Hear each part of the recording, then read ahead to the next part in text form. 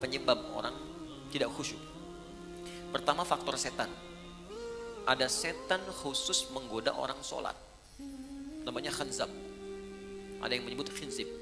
Jadi Nabi mengatakan dalam salah satu hadisnya, bima ma'na idza kabbara, kalau seorang sudah mulai takbir, kemudian faqala syaitanu, maka setan sudah mulai berbisik di benaknya, udzkur kada, ingat ini, ingat itu. Itu ke semua. Kalau kita belum takbir, itu biasa Pak. Gak akan ingat tentang bedah, tentang pasien, tentang macam-macam. Tapi ketika Anda mulai takbir, Allahu Akbar, mulai ingat. Gunting tadi letaknya di mana? Ini ada yang belum dibedah, ini ada yang tidak. Muncul semua. Berarti normal. Normal. Karena setannya betul menggoda. Ya, datang tuh. Baik. Hatta la yash'ural musalli kam rakatan yusalli, sampai-sampai ada orang salat yang tidak ingat berapa rakaat sedang ia kerjakan itu. Berarti benar kan hadis Nabi-nya? Dan kita semua umumnya hampir mengalami itu. Maka apa solusinya? Maka yang pertama sebelum salat diminta kita untuk berlindung kepada Allah, berniat dengan benar. Innamal a'malu binniyat, semua amal bergantung pada niatnya. Maka kalau kita khawatir waswas, fasta'iz billah, minta perlindungan kepada Allah dari godaan setan. Boleh ta'awudz, a'udzubillahi minasyaitonir rajim. Ada yang baca An-Nas, ya, qul a'udzu birabbin nas, minta kepada Allah perlindungan. Itu boleh dilakukan. Ini bagian pertama. Dan ulama di sini gak ada persoalan memohon kepada Allah perlindungan sebelum sholat, karena sholat dibuka dengan takbir secara bacaan, kemudian ditanamkan dengan niat.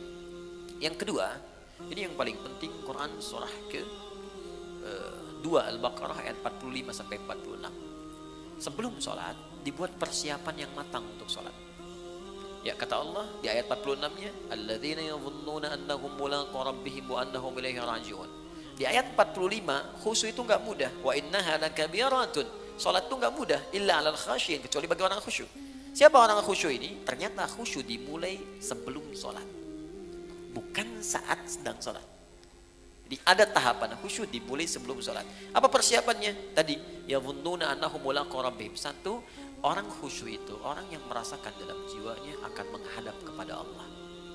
Karena itu ketika akan menghadap kepada Allah, kata Allah, kenakan pakaian yang bagus. Kamu dapat undangan dari orang lain, pakaian bagus. Dapat undangan dari Sang Pencipta, kenapa pakaian biasa-biasa? Makanya pakaian itu cenderung juga mengondisikan kita untuk bisa nyaman dalam sholat. Silahkan cek, pakai kaos oblong, ya, dengan pakai baju koko, sama-sama sah menutup aurat. Tapi rasanya lain kan? Ya kan? Oke. Kemudian yang paling menarik, di ujungnya, wa annahum ilaihi raji'un. Tenang sebentar. Kalau Anda mendengar kalimat raji'un, apa yang terbayang? Inna lillahi wa inna ilaihi raji'un. Nah, dalam sholat itu ketika akan sholat, kalau ingin khusyuk kata Allah, rasakan mungkin ini sholat terakhir yang Anda kerjakan dalam hidup. Maka Nabi sering katakan sebelum sholat, sallu sholatan muwadda'. Sholatlah engkau seakan-akan sholat ini jadi perpisahan dalam hidup. Ya, sholat, siapkan, rasakan mungkin ini sholat terakhir. Makanya panggilannya kan panggilan azan. 3, ada isyarat di Quran surah ke-29 ayat ke-45. Utslu ma uhya ilaika minal kitab. Sebelum sholat baca dulu, pahami dulu, rasakan dulu semua makna bacaan dan gerakan dalam sholat. Wa aqimis sholah, baru tunaikan sholat dengan sempurna. Jadi ketika kita merasa akan wafat, kita merasakan baca Allahu Akbar, Allah Maha Besar, pikiran menerjemahkan, hati merasa, ya Allah saya mengatakan kau Maha Besar, tapi dalam hidup saya selalu merasa besar dalam hidup. Pekerjaan saya katakan yang paling besar dalam hidup, dan seterusnya. Itu perasaan akan terbawa, sehingga membantu kita bisa lebih fokus dan nyaman dalam sholat.